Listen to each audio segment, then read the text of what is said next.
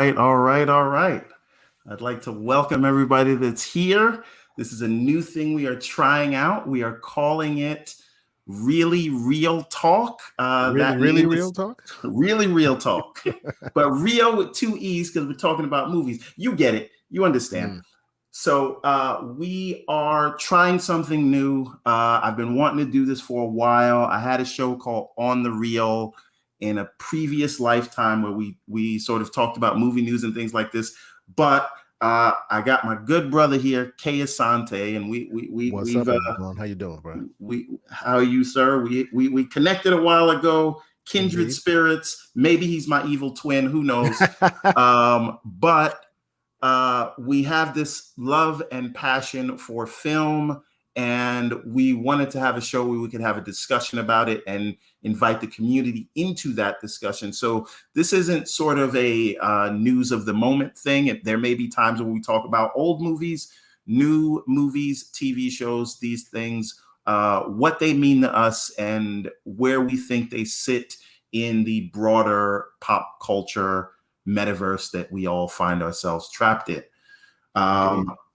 Boy, what a start. Like the first episode, what to start with, man, you coming out the gate burning. Whew. Listen, in case they don't know, we are talking about Amazon's Them. If you haven't seen the show, I'm going to warn you now, there are going to be spoilers. So I think the conversation we're going to have will be fruitful enough where the spoilers won't matter, but they will be spoilers. So consider yourself forewarned. We are going to talk about some things because I think there's a lot to say on this matter. Indeed, I agree. Do you want to introduce yourself really quick, sir?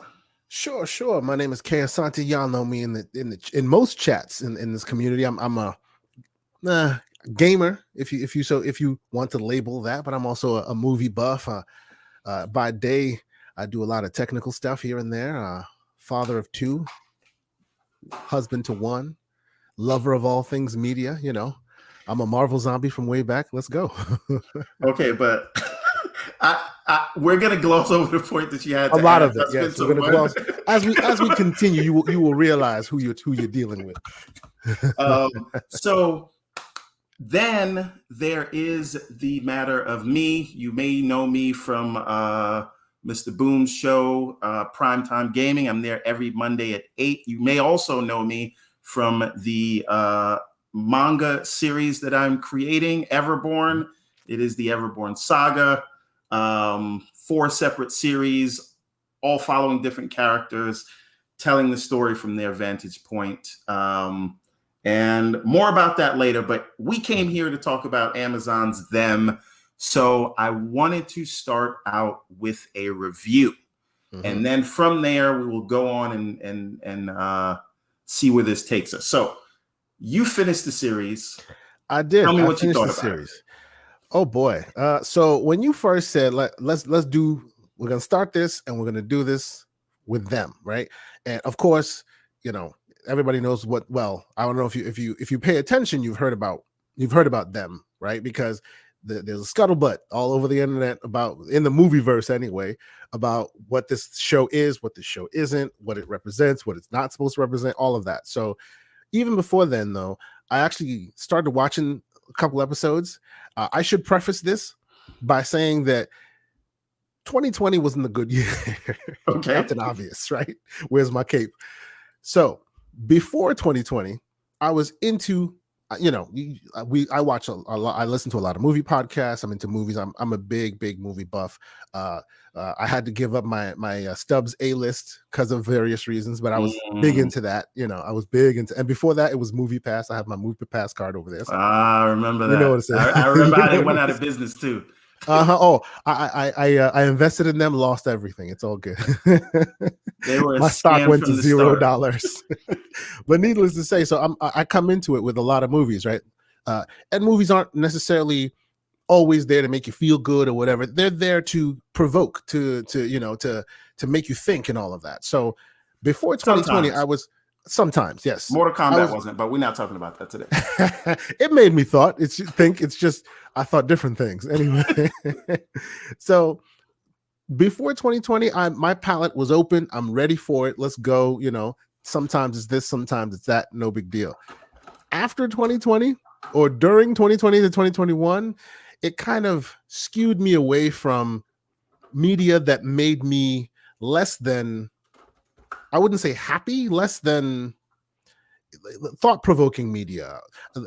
I started gearing more towards media as escapism. You know what I'm saying? As because real life was a little too heavy, so I started gearing more into the like I said, Marvel Zombie from way back. You focus more on that to try to counteract the daily grind, as it were, right?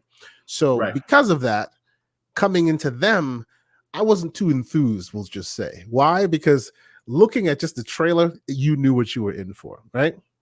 But I will preface all that and I'll say all that and then say this was a journey that I needed to go on because it reminded me of why movies was such a broad people love movies of such broad range, and it's not always about being comfortable. It's not always about the comedy and the funny and the this and that. This is such a journey, and I would encourage anybody who's even thinking about it to actually go on that journey.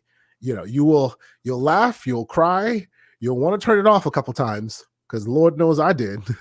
I almost turned it off a couple times, but at the end, I was very happy I actually went on that journey. We can get more into details, and of course we are going to, but at a high level, I will say it cured me of my 2020 skewed view. It got me back into, it's good that we went on this journey. It was actually a journey worth taking. Right. You felt the range of emotion. So Yes. For me, the show was, I thought it was fantastic, right? We'll do scores at the end of this thing. Sure. But I was hesitant to watch it at first because when I saw the title and I saw the trailer, I thought it was going to be another Us. Right. I thought it was in the universe of Us. I thought it was a Jordan Peele sort of kind of vehicle. Right. And nothing wrong with that. Like I enjoyed Us and I enjoyed Get Out, but I do not really consider them horror. Sure. Because or if they are horror, it's horror with comedy elements. Of course, yeah, right. Yeah. And they both had something to say. Get Out was a little bit more on the nose than Us was. So coming into this thing, I thought that that's what it was, and I said, I'll catch it when I have time. I don't know if I want to devote 10 hours of my life to this thing. Yep. So. And we do a movie night every weekend at my house, right? It's a family movie night thing. But Saturday rolled around, had nothing to do. And I said, I'm going to check out the first episode. It's probably going to be terrible. So me and the missus watch it. And there is a sort of, the first episode grabs you in a way, like from that opening scene, even though there's no payoff to that opening scene until episode 5. Sure. You sort of know where the show is going. And a lot of people had problems with the time period and the setting, right? Do we need to see another one of these? There's the whole the Green Book or the that is the most insulting comparison you've ever made to a film. No. This is what I'm saying. This is me going in. Oh yeah, no. I hear you. I'm looking at the time period. I'm like, oh God. Yep. Idolized 50s view. This is the era that they're talking about when they say make America great again. Yep. I will pass. Thank you. Yep. Right? That's great that you say that. Continue. Oh, that's so great. Please, we're gonna go into that. So yes. I went in and I did not want to like it. Right. I went in. I'm like, oh, this is gonna be a waste of time. And then I'm sucked in. Right. and then it progresses. And what I loved about it, right? Because we're gonna talk about this, so I don't want to go too deep into it. The family, they're a family of screwed up people, right? Which is what all of us are. As we are, yes. But what I loved about it, absolutely loved, it's a Black family. Obviously, that's on the nose. They were not afraid of anything but the real ghost. And that's the thing, right? We don't really know if they're just crazy or they're really being haunted until certain things happen. Right? And then you start going, yeah. And then they tip their hand, right? So I loved that mystery of it, that they kept me guessing until they told me. And then when they did tell me, now you're caught, they've grabbed you, and there's no letting go, right?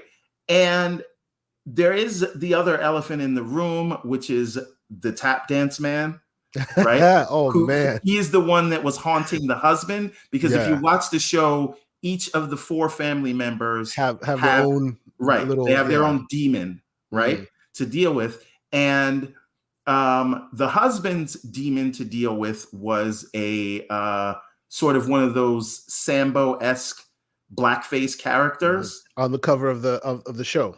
Right. You see him. So I think it's on the thumbnail of this. Yeah, on the thumbnail. That's right. So the idea is that could have gone so far left. That could have been a complete so inappropriate, so crazy. Yes. But for the deft hands of a skilled storyteller like Little Marvin, who is the creator of this thing. Yep. So I am stuck onto it until the end. And yes, there are times where it's gratuitous. Episode 5, I warn everyone. You say gratuitous. That is understatement. Whew. Right. So I don't know that they need, and it's not just episode 5. I think it's also either episode 9 or 10 where they show what the Mormons did to end up cursed. Yeah. I don't know if I needed all of that, right? Yep. But take all of that together as a work of horror, right? So we can compare this to, because the closest analogy is American Horror Story, right? Okay, yes. Because that's what this show is, because anthology series. It's a Amazon ordered 2 seasons from Little Marvin's production company, and the next season will be a completely different story with completely different actors, still in the horror genre. So still in them kind of genre. Now, do we know if it's the same kind of? No idea. Yes, you say horror genre, but like anyone who's seen this knows. Is it a ghost? Yeah, anyone who's seen this knows what part is the horror. Like, that's the question, because there's. This is the thing, though, and I told a lot of my friends about the show, and they were like, they eye rolled just like me. They're like, oh, so the horror is the white supremacy of the 50s. Here we go again, right? That's not what it is. No. Right? And so to me, you cannot point to another horror series, right? TV show, 10 episodes or whatever, that is better than this. I think it is best in class in horror-based television. Okay. Right. I can see where you're going. I see. I won't disagree with you. Okay. I won't disagree with you. I'm not saying I can't be full throated on it. Fight, man. No, when it comes to this show, honestly, I can't disagree with you. I cannot be full throated. As I said, because of how I came into this show, right? I don't seek out this type of media anymore. I used to, but I don't anymore. Now when you say this kind of media, do you mean what some are calling torture porn? Do you mean the exploitation of sort of Black suffrage? No. Or do you mean just horror? I mean trigger media. That's what I'll call it. Trigger media. Okay. That's what I call it. Why do you call it that? I think it's good to because explain to the people.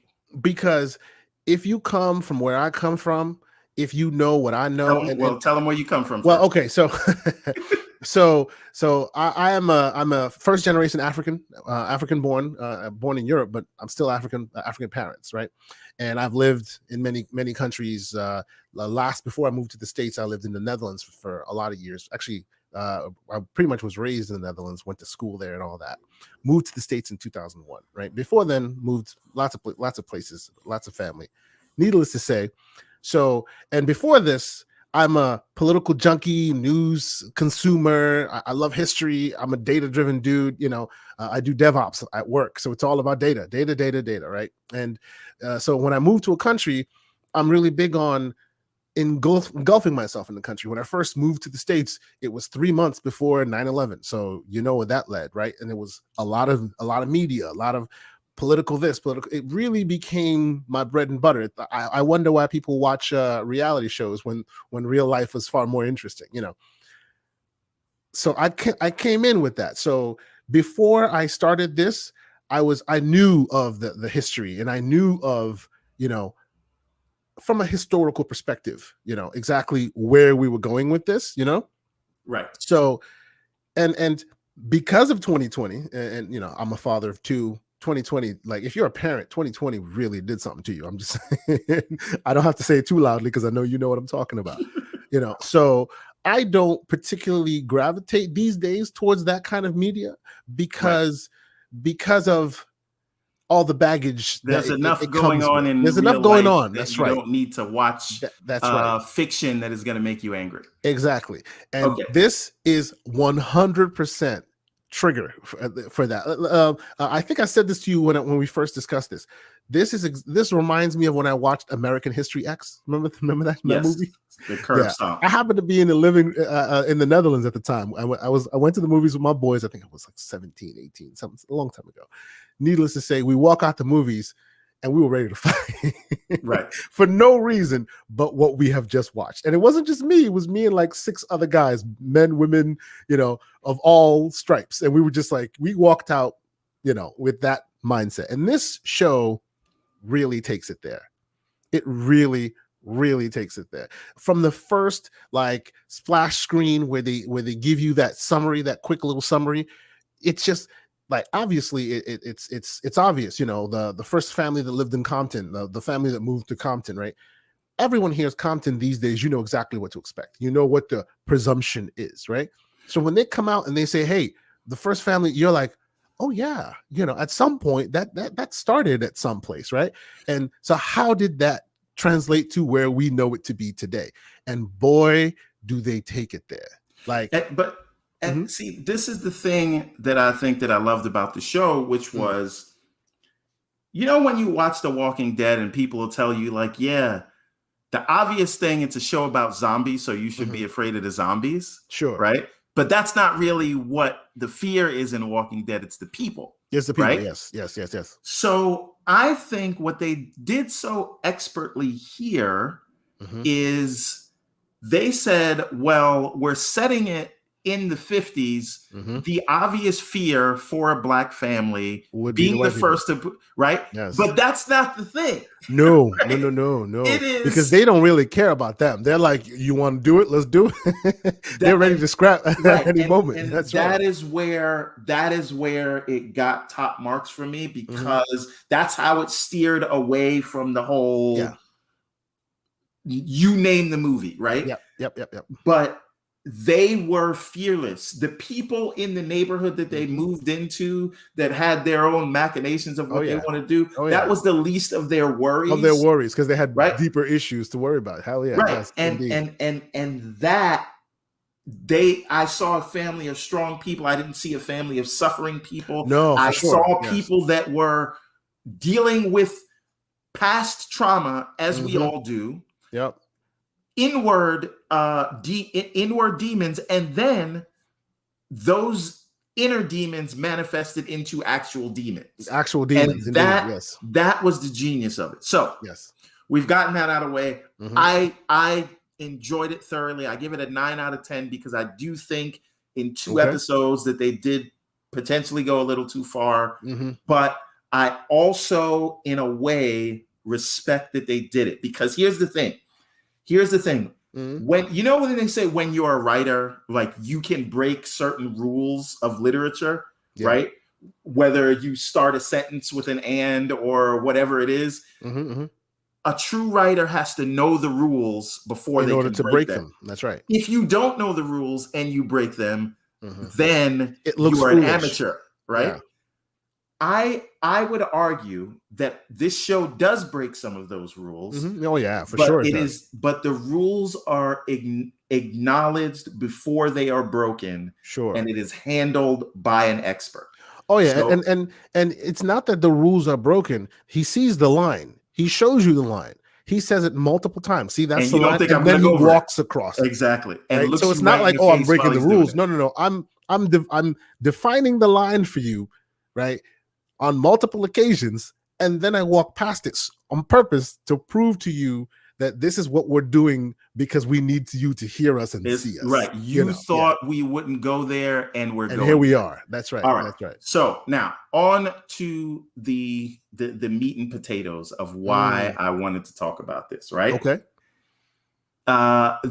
As you may know, if you haven't been living under a rock and you've heard Mhm. of this show, you know that there is a lot of backlash around the show. You know that there are a lot of hot takes, a lot of Mhm. people that are calling it torture porn, a lot Yep. of people that are saying it's exploitative of Black suffering, and so on and so forth. There's an article you sent me by, I can't Mm. remember her name, Yep. but Yep. she Vulture, I think it is. You all look it yeah, up. it's a It's Vulture bad. Oh yeah. article. Mhm. I'll share. We'll share. Can you share it in the chat in case anyone wants to see Yeah, it? I'll see if I can find it. So Yep. they Go ahead. basically called, without saying it, Mhm. basically called Little Marvin like a coon, right? Mhm. Mhm. Mhm. That's effectively what they said. They said Basically that what he they is said. Yeah. doing the service of white supremacy Yep. What was because it? he is Like they said that profiteering off of uh-huh. Black trauma.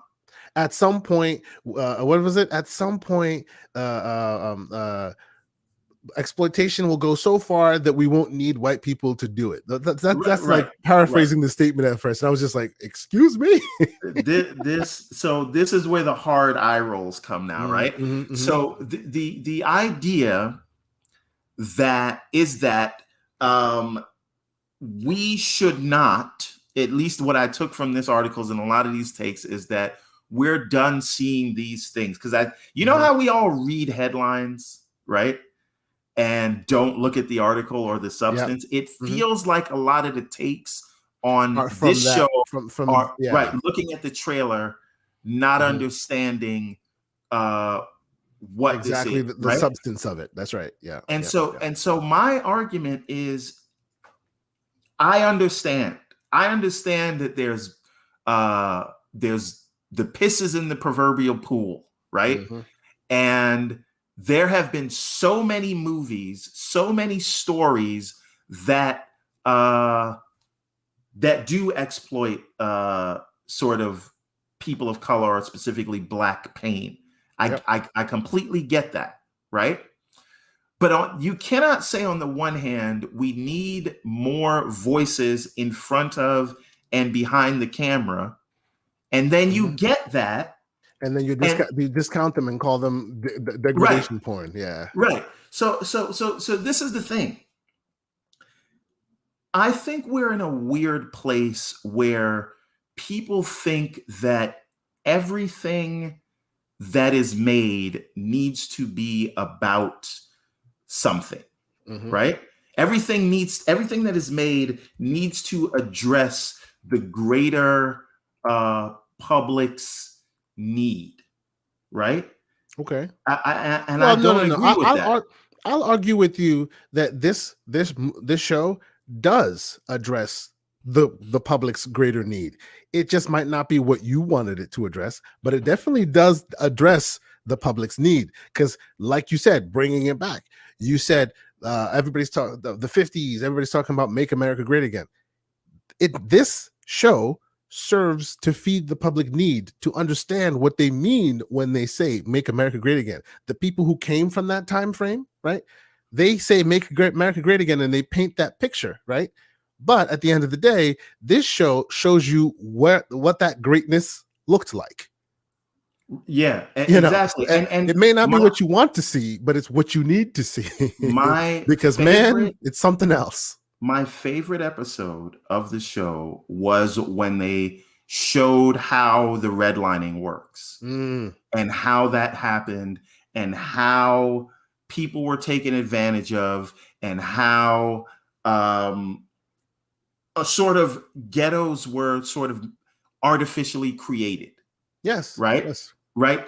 As a result of integration, there Hmm. were still hands at play that had agendas. Of course. And when you think about that and you think about its residual effects today because of Hmm. what happened Oh back yeah, then, 100%. and then you hear other people talk about, it's not going on anymore, Hmm. right? Let's move So on. right. Yeah. So you can't stab me with a knife 9 inches and then pull it out 3 inches and then say, see, I started pulling As it out, yeah, right? yeah, we're It's moving the on. Yeah, knife is still yes. it, right? That's right. So That's right. so that to me was a great point that showed me they knew, they were aware, this isn't for naught. This isn't Hmm. for I think some of it is shock value, but like Sure. that was the point. But that's Now, part of the genre. the question is, Mm. d- was he? Would you consider Little Marvin as an edge lord? Right? What does that mean? Does it mean he's doing gratuitous things for the sake of doing gratuitous things? I think he did this for a purpose, for a specific reason. Okay. Uh, how many other shows has he been greenlit? Do you know his filmography or No, his this is past? really one of his first things. Like he Exactly. doesn't have a long history. I hadn't Exactly. heard of him before this, and I Exactly. mean now I will be watching his career very But closely. this is exactly what I mean. I think he got his chance to strike. Right, he got his chance at bat. As if you take a baseball reference, he got his chance at bat, and he could have played it safe as one ought to do in order to continue to get another opportunity. Instead, he chose to use very specific tools to bring attention to both himself and a very specific topic. And he knew that one way or another, hey, this is Amazon. It'll be out there. Folks will see it. We need to get some conversations started. He did this on purpose. Was he an edgelord? If he is an edgelord, I don't think it's not without trying. He like I have a feeling that in his bag of tricks there are safer works that could have been released and could have been dealt with, but he chose this one on purpose. Yeah, Rightly so. and I think that um, he when I watch the show, Mm, it rings true of someone who said, "This is my shot. It mhm. may be my last shot, so I am going to I'm do gonna take it. everything. That's right. I am no Exactly. holds bar. If I never make another thing again, Exactly. this is out there." That's exactly my And point. and I loved that Yep. for it, For sure. right? Yes. Yes. And you know, in the article that I shared in the chat that you gave Hmm. me, there's a line in there that says that he is because he says one of his big inspirations were the Hitchcock films, Hitchcock right? films. Yeah. And you can see And it and in the his filmmaking. critic the critic says he's a poor imitation of Hitchcock, right? So Mhm. Hitchcock, one of, if not the greatest horror director to Mhm.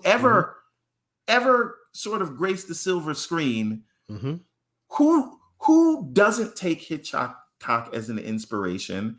And how do you call him a poor imitation? Right? Everyone's a poor imitation of Hitchcock. But all of a Well, sudden, see, when it this is my comes to this problem. vulture article, I mean, you've already said it. It looks like she came into it with an agenda. I don't think she fully either watched the whole thing or whatever. So her critiques of the material, to a certain extent, has to be viewed through that lens a bit, because like you said, I have my reasons for like, this was a show that I would recommend that all, like, if you have a chance to see it, definitely do so. But once you've seen it, I doubt you'll want to see it again. But it's important to be seen nonetheless, because of various reasons. Some folks are triggered by it, and rightly so, because like we've already discussed, he used his edgy tools in the toolbox. You know what I'm saying? And not everyone will be down with that. But at the end of the day, just because you have that feeling of, oh, this is a little abrasive, it doesn't necessarily mean that her explanation of it is what is actually key here. Because Right. truth, And like her, you've read. I want to Mhm. give her, so her name is Angelique Jade Bastine. Okay. Just, I don't want to keep saying Sure, her. sure. Of course. I'm sorry. Yes, yes, yes, yes. Of course. And there's no issues with her, obviously. With Angelique, obviously, we're just Just issues with that review.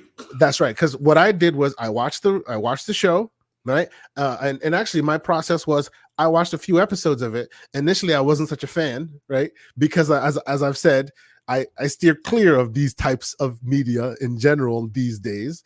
But after I finished watching it, I was like, this thing was such a journey, and I'm happy that I took it. Let me hear the thoughts, and then this all started coming up, and I read this thing, and I'm just like, wow. Like, I have my reasons for having some issues here and there, and the line pushing and all of that, but there is just definitely no way that 1+1 = 2 in this way. What Angelique took from this, I don't see how anyone could have taken that from it. You can have issues with it, you can have problems with it, but to basically, to Uncle Tom, for Right. lack of a better word, little Marvin, that is just beyond the pale. I think that was very unnecessary and uncalled for, And all Right. those who are very much in that torture porn camp, like, I wouldn't go so far as to say that they have other ulterior agendas, but you can definitely see that those who don't want to have this conversation are those who I wouldn't say are happy with the status quo, but are not they're not ready and willing to engage with that "Make America Great Again" narrative. They don't want to engage with that narrative, because what this show does actually engages with that narrative, and really breaks it down and tells you and shows you why that idea is absolutely ridiculous. The idea of "Make America Great Again," and of course, the reason why we keep bringing this up is because the folks who have coined those terms are folks who were born and raised in this time, right? So this is when they look back at it and go, this is when it was great. But then and this is really based off, obviously it's fictional work, but it's based off of very factual data. You can see it everywhere, right? And then they throw No. a little bit of horror onto it. This serves as an eye opener for those who don't interface with this kind of historical information. Like, if you go into this thing eyes open, really looking to not necessarily learn something, but just to give it the chance it deserves, you'll come out of it very changed in your thought process as to that whole idea of "Make America Great Again" and the 50s and all of that. Man, seeing it in stark terms, wow, it is a journey. That's the only way I can describe it. It's a But journey. it to me, it's art, right? And so Yes. my thing is, I get being turned off by Mm, some of the imagery. of course. I Not all art is only for all people. Right, and nor should it be. Nor should it That's right. be that vanilla, that as to not offend anyone's precious sensibilities, and Hmm. before all the pearl clutching comes out, right? And again, you know, the dare I say Hmm. that a horror movie or a horror story is supposed to make you feel Of uncomfortable. course. Yes. Yes. It Yes. is supposed to be irreverent. It is supposed to uh um have you wondering, will they go that far? Should they have done this? It should Mm. sit with you. And I would argue, if you watch something and you go through that range of emotions, then It was the successful. the creators have done their job, Yes, of course, of course. Oh right? yeah, and that's what I learned. That's what it rekindled in me. Before this, it was, I go to movies now for a specific purpose. I go to escape reality, if you will. I go to escape the realness of our existence in 2020 and beyond. But after seeing this, it rekindles that idea that it's not supposed to be comfortable all the time. And if you go through it and you get to the end is quite profound.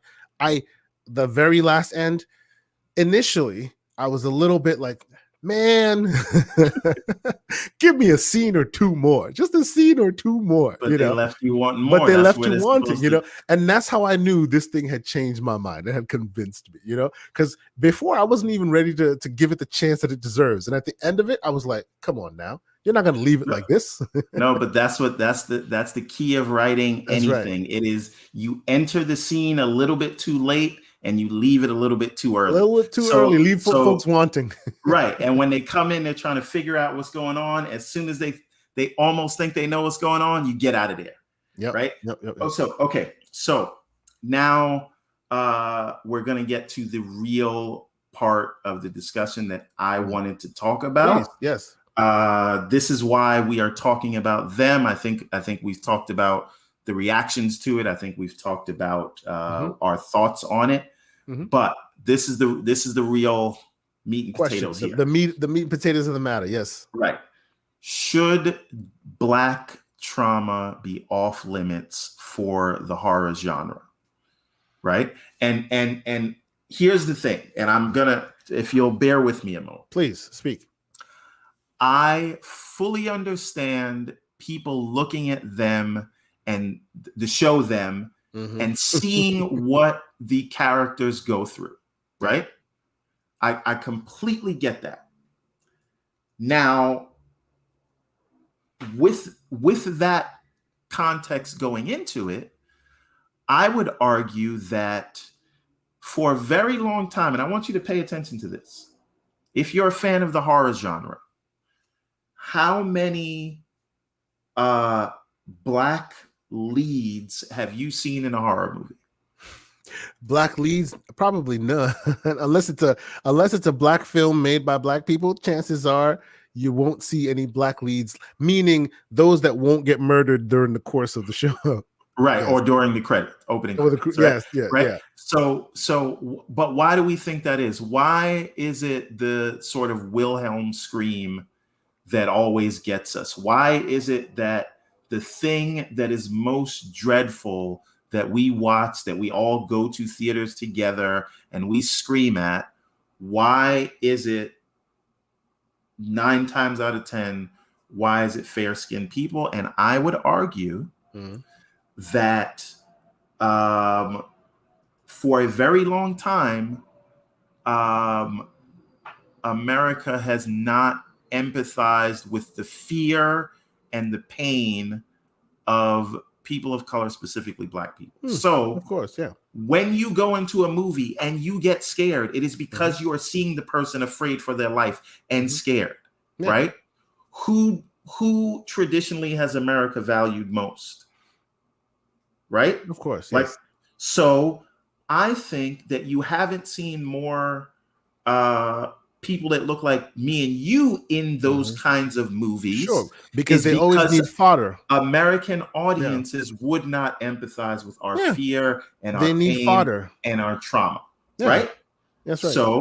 So that being said, now we have someone that we have a piece of artwork that says, yes, we feel things just like everyone else. We can be afraid. We can be vulnerable, all those things. Right. And this says it still works. Right. You empathize with the family. You feel their dread. You feel their terror. And that in turn makes you uncomfortable, and it makes you afraid. It makes you scream. It makes you think about maybe subconsciously think about the trauma in your life. So I would argue that you need more of this. Of course, yes. You need more, I think, storytellers like Little Marvin. I think you need more real, true horror, violent, dreadful terror, Sure, horror. of course. In now, again, I'm not talking about gratuitous. I'm not talking about Sure, at the sure. hands of whoever. Promote empathy. Right. Yeah. And that to me is the biggest thing. So when you say you don't want to see this trauma, when you say you don't want to see this stuff on screen, you are effectively saying that we really don't belong in the horror genre unless it is something like what Jordan Peele did. And, we are sort of, Yeah. and you have to add that layer of comedy and commentary, and we have to Mhm. be perfect in it. Sure. Right. Yeah. And Yeah. that's not the goal, at least not the goal that I want to see. What I Sure. want to Yeah. see is I want to see us just like everybody else, as flawed, Of as course. sometimes villains, sometimes heroes, Mm. as afraid, all those things, all that range of emotions that, stereotypically we don't have. Yeah. And for the record, and I know you'll agree with me, what Jordan Peele did needs to be commended. He's 1000%. I love that movie. 100%, I both love of both them. of those movies. Yes, they are made, and to a certain extent, Little Wait, Marvin hold on. stands on the shoulders Did of. Lupita win the Oscar for that? Because if she didn't, that was a I'm travesty. not sure. Yeah, I don't think she did. I'm not Travesty. sure. I'll double check. If she didn't, obviously we know it is it is a travesty, of course. And like I was saying, like to a certain extent, Little Marvin stands on the shoulders of 100%. movies like that. But that's like calling an SUV and moving on. There are so many ranges here. You cannot just expect them all to be that. You know what I'm saying? And we need the various sources in the environment to be able to have those different emotions come up. And what Jordan Peele's movies tried to invoke was a different substance than what this invokes. And to answer your question, should Black trauma be off limits? I would say Black trauma should be off limits to those who don't know how to do it correctly. And this director did it correctly, with the faults, with the humanity it deserves, with all of that. What tends to happen is, like, there are those who quickly go to the degradation porn place, right? But that's because they are not used to seeing real people doing real things in this way. They're used to seeing that with different skin tones, never us, right? Right. Whenever we're represented, we must either be the fodder or perfection. There's Right. never And anything in between. That's the problem that I think Yes. is missing in so many works, but not this one. It is Exactly. the nuance of the sort of human experience. Exactly. that And we that's the all reason are. why. That's the reason why should Black trauma be off limits? If you know how to do it right, which this is a textbook definition of how it's done correctly, then nothing is off limits. But I would argue that, and this is not like an all trauma matters things, but I'm just saying, like a deft hand. Yeah. You need to anyone can go into torture porn or trauma porn or whatever. Yeah. It takes a skilled hand to have it not be that. Exactly. Right. Yeah. For anyone, it is just that there have been many skilled hands on the other side of the fence, but when it comes to us, it is very rare. And those that do it don't do it well. So when the Vulture article comes out, and the way it depicts the story and the accusations it makes, I can see where that argument and those words are useful, but they're not useful in this context. Right, because it feels like it takes the baggage of everything else instead of, see, when you look at a piece of art, it's the same thing if you're playing a video game or whatever it is, right? I cannot bring everything else into it when I come there. I have to judge it on what it is. On its merits, yes. Itself. Right. So when you bring all of your sort of beliefs and I hate using the term agenda because it's like a loaded word right now. Yes. But when you bring all of that to your critique of a piece of art or whatever, I think you are doing your critique or your work a disservice, and you're As definitely well as doing a the disservice to the directors. art, And yes, that's right? right. That's right. So Yeah. I hate that idea. People so often today, it's like I have a worldview, right? And now that worldview, if something does not specifically conform to that view and give me positive reinforcement to Then you that have to rail way I against view it. the world, right? That's right. Yeah. Then it must be excised and it That's must be right. That's terrible. right. Yeah. Instead of, like, you don't have to agree with everything you see Yep. on screen, right? Mhm. So I wish we could like find a way to get away from that. Well, the We only way to really get away from that is more of this, because the more of this, the more conversations we have about it, the more of these works that are out there, it becomes commonplace. So then folks are then able to experiment more. This is unique among this genre. So folks don't have the right vocabulary to speak to it. and, You and know, please. it's just the other thing that sort of really bothers me about this, as we jump into sort of the final thoughts here, Mm, is as a as a creator myself, mm, and just as a black man in America, right? I hate it that there's always someone that finds a reason, like, okay, you made your way up in the world. There's always somebody that's going to come around and find a reason to tell you sold out. yep. And The minute you've hit a certain level, if you you do, haven't hit that level, if you haven't gotten that critique, you haven't hit the level yet. right. And it's like, whatever, die a hero, live long enough to be the villain. But That's like, right. Yeah. why must we do that? Right? Why like It's clockwork, almost become somebody it's almost finds a become a rite reason, of passage. Like it's right? almost become that. And then the crazy thing is, the people that find a reason, they think that they're thinking outside of the box, right? But Mhm. they're actually serving that narrative. Oh Because yeah. what happens? You have a new visionary mind Mhm. in this space in Hollywood, right? Telling a story that, I'm sorry, no, I can't point to a story that's been told in this way, with these faces, with that level of Sure. nuance. Yeah, yeah. So he's In telling that time period, yeah. he's telling a unique story, Mhm. right? And what the backlash is he shouldn't do that.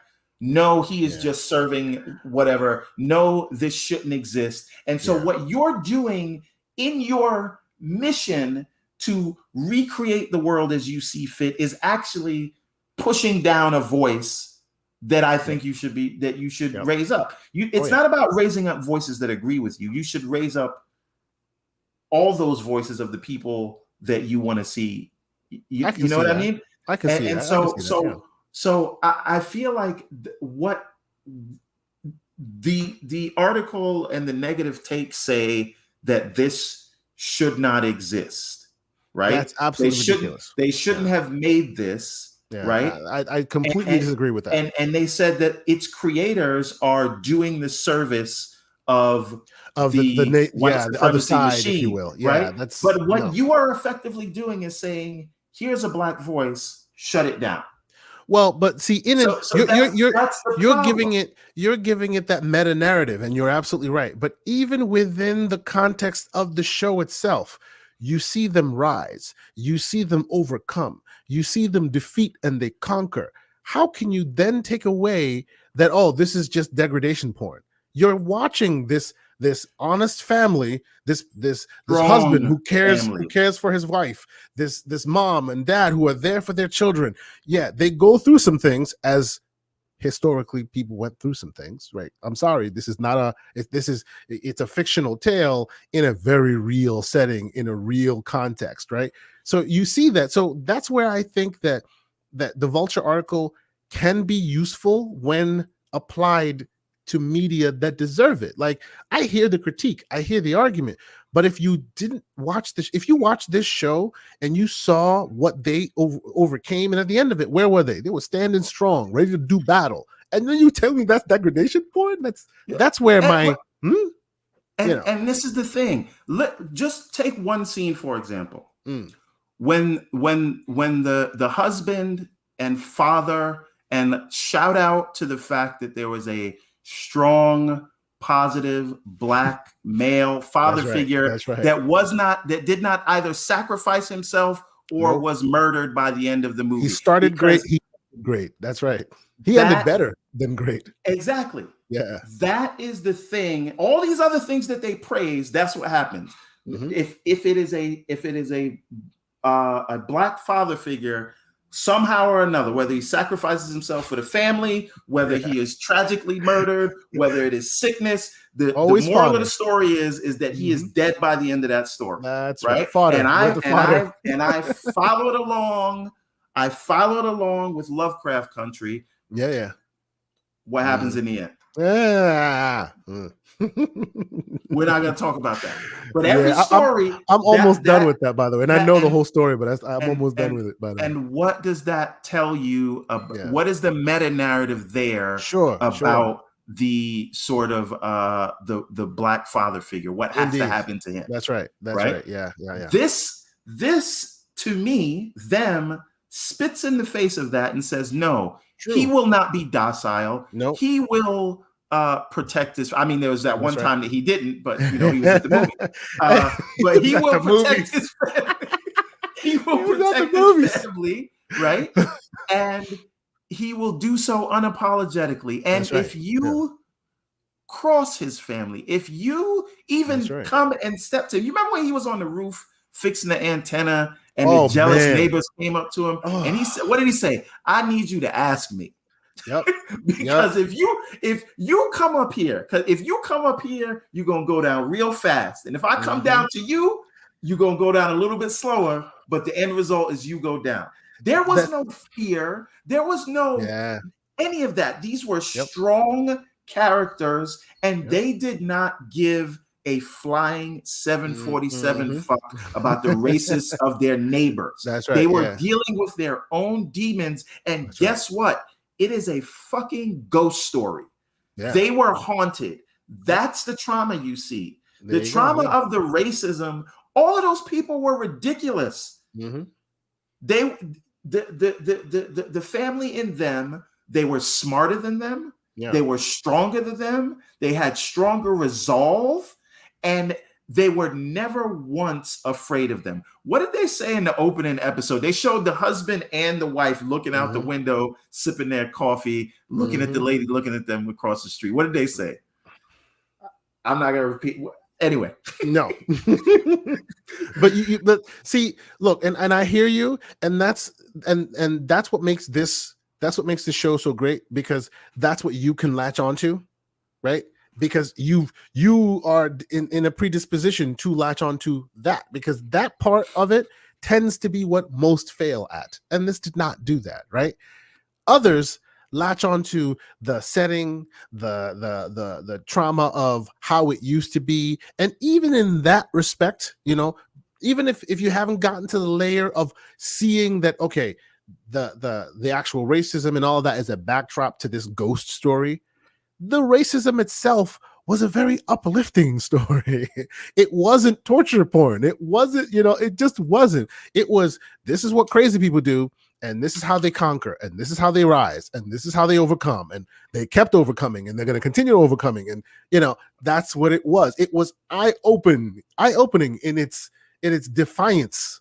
They were at the end of it all, like you were saying, it's not just about a strong black man. It's about the strong black woman. It's about the children who are intelligent. They excel wherever they go. I guess I'm stuck on the narrative that has formed around here. And my initial instinct is always to think that, there's a logical reason for it. There must be some feelings there. But if you watch the whole thing and you don't just take the slogan or the trailer, there's just so much that counteracts every piece of that negative narrative that's out there.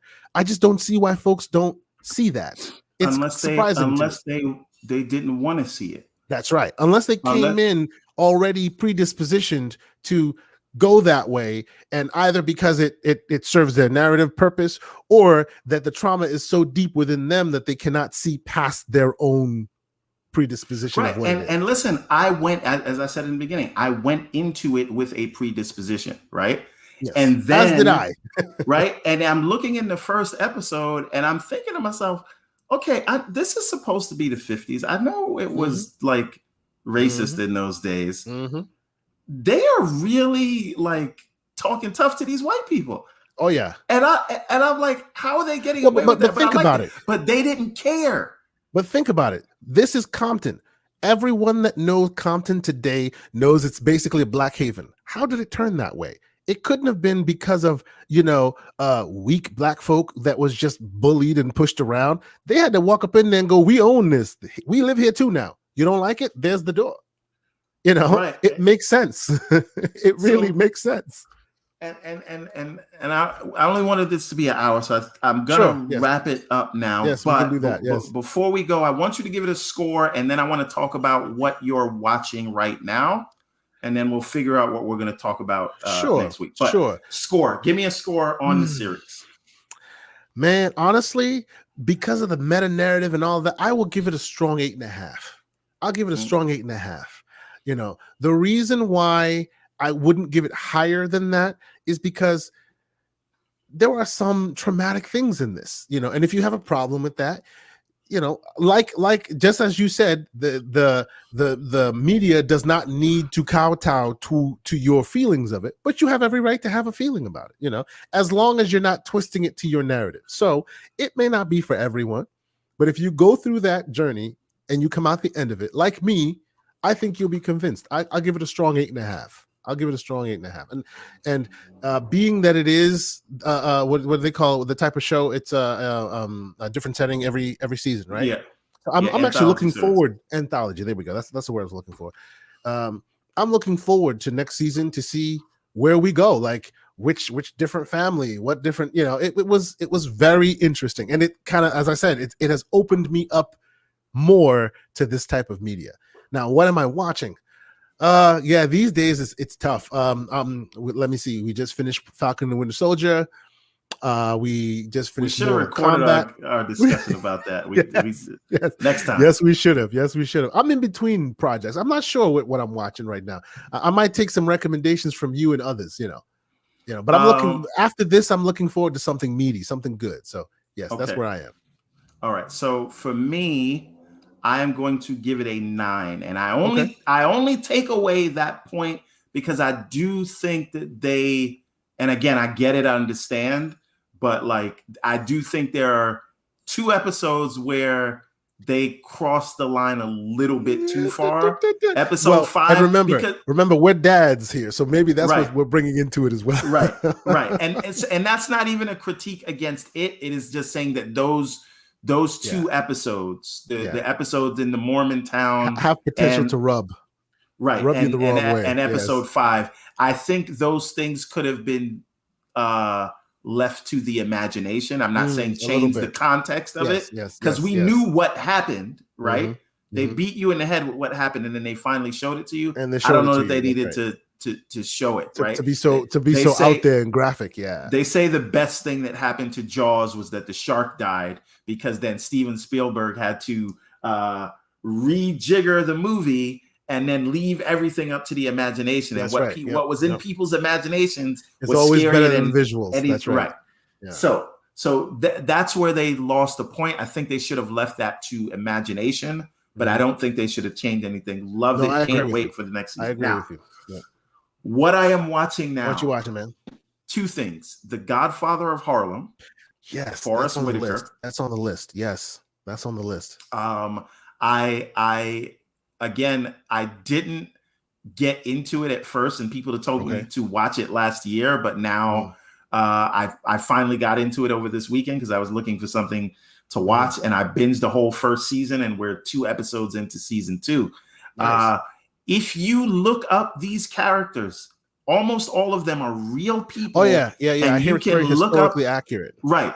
I don't know if Bumpy was that much of a gangster, just slashing throats in the middle of the street in broad daylight in front of the police. But other than that, these people are real. A little Hollywood sprinkle doesn't hurt anything. Right. So listen, maybe the streets were rough like that in the 60s. Who knows? Hey, But the actor that they have playing Malcolm X looks, first of all, phenomenal job he's doing, and looks exactly like him. I think. Okay.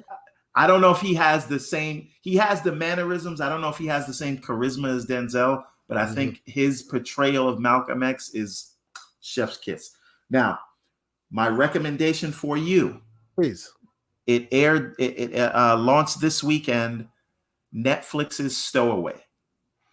Right? I saw the trailer. Now it is a modern take on an old classic science fiction story, The Cold Equations. Okay. Right? Now, in The Cold Equations, there was a girl who snuck aboard a ship, and the ship only had enough provisions for only the people on the crew. And so the protocol is for them to throw off any stowaways. Like you just throw them overboard. Yes. Right. Yes. And so the whole moral of that story was it was trying to show like, you cannot overcome the physics. They are what they are. They do not bend to you. So going into that, what is Stowaway? These people, these astronauts are on a mission to Mars, and they're a 3-person crew led by Toni Collette and the Asian guy from Lost. I can't. Oh man, yeah, I know Simon Kim. I think it's Simon Kim. It might be, yeah. I know who you're talking about. Right, yes. And Anna Kendrick. Right, those are the crew. I like Anna Kendrick. She's great. And then they take off, and they find out that someone had got knocked out. One of the ship technicians that got knocked out, and he got, of course, all locked inside. Right. Yeah, and so in order for them to get to Mars, they only have enough oxygen for 3 people. So someone needs to get thrown off the ship. Wow. And that is the premise of that. It's a quick 90 minutes. I highly recommend it. And because I love that idea that the void of space does not care about your morals. About you. It does not care about your narratives. Right, the math is the math. The physics are the physics. There's no human ingenuity that can solve space. Yep. There's enough oxygen for 3 people. One of you are going to die. And what happens in there? So that is, check it out. I will check that out. Yes. That is Netflix's Stowaway. Cool. And I don't know. And I definitely recommend. It's a little like cheesy in the production value because it's like an epic show. Netflix show. No, it's not Netflix. No. Stowaway is good quality. I'm saying The Godfather of Harlem. Okay. Right. Okay. Yeah, I'm actually looking forward to that. Like, I have been. That's on my list for a little while, but I've been waiting to corral the missus. No. Yeah, no. If you can, because there's only 12 episodes right now, so you can run through it. So, that's what I am watching at the moment, and what we're going to talk about next week, I don't know. But we are taking suggestions. Yeah, we'll keep it. Let's take suggestions. That's right. All right, and maybe a movie. Could be a movie. I would discuss Lovecraft Country with you because that's something I have a lot of thoughts on. Okay. And the same thing with and we talked about this a little bit offline. HBO's Watchmen. What? Yes. We could chop it up all day with Watchmen. Don't get me started on Watchmen, man. I am not. Shout out to Mag. He's in the chat. What's happening? Mag? Shout out, Mag. How you doing, man?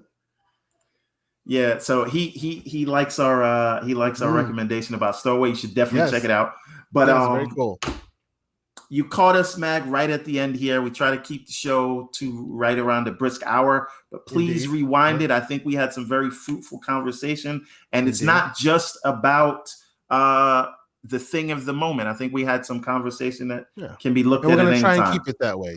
Next time I appreciate the idea of keeping it something that can be rekindled at a later date. It doesn't have to be the thing of the moment. I appreciate that. That's great. All right. Okay. So tell the fine folks where they can find you, good sir. These days, you'll catch me on Twitter, causing up a bunch of havoc and static. K Asante. I'm usually in your chat if you're a podcast or content creator. I myself, I'm a creator from many moons ago, so I appreciate all creators and all the works they do. Strike up a conversation, and I appreciate y'all coming in and listening and watching, and we'll see y'all next week, hopefully. Yeah, definitely will. Thursday at 8 sharp. All right. And you can find me at Everborn Saga everywhere. That is Facebook, Twitter, you name it. So Facebook, Twitter, Instagram, Xbox, Steam, and more importantly, everbornsaga.com, where you can find all of the books we are creating and very cool shirts and posters and merchandise like you see here. You all know the whole spiel if you're here by now, but check out everbornsaga.com. Check me out at Everborn Saga anywhere on the internet, even TikTok. And I gotta check out your TikTok account. What there's only one video there. There's only one video. One? I gotta learn how to TikTok because I heard the algorithm is very. It's pretty good. Yeah, right. Yeah, it's very rewarding up there. Yes, indeed. So, but then that's a conversation for another day. All right. So I want to thank everybody again. This was our first episode. Some bumps in the road. Okay. We will figure out a title. I thank everybody again, and we'll do it again next week. Until next week, yes. Peace out.